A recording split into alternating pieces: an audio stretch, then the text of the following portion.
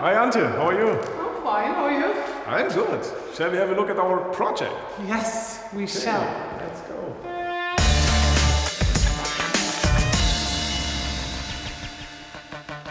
Welcome back to part 4 on campus networks.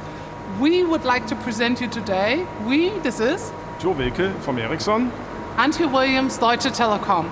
Today, very, very special times. We're in the midst of a corona crisis and our team built something up, something really, truly cool, just for you today to see it.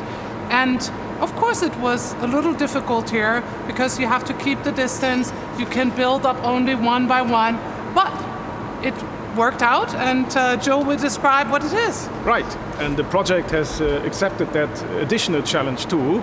And today we are very proud to be able to present the 5G standalone network. And what we have here is a model autonomously guided vehicle, which is basically a miniature of the white one that you see in front of me. This one here, the model, is connected to the 5G standalone network that we have built up in this production hall. It has a module that is connecting the AGV to the 5G standalone network. With the connection, there is control software in the cloud, on the edge in the CCI, that basically sends the control signal to our model AGV. And with that, we can make use of a number of capabilities that 5G offers, such use cases, also a number of other use cases, but especially for this one, we have chosen 5G SA technologies as there are a number of things that 5G offers. Yes, finally, 5G. 5G, what can 5G do? We can use different frequencies, of course. Here is the frequency 3 point something, so a very important frequency for 5G, given out by the regulator.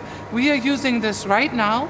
The advantages are, in detail, is something that you can have a lot of different devices at the same time moving in a cell, or you can have a lot of throughput. So 5G would give your enterprise the right connectivity to do a lot of different things.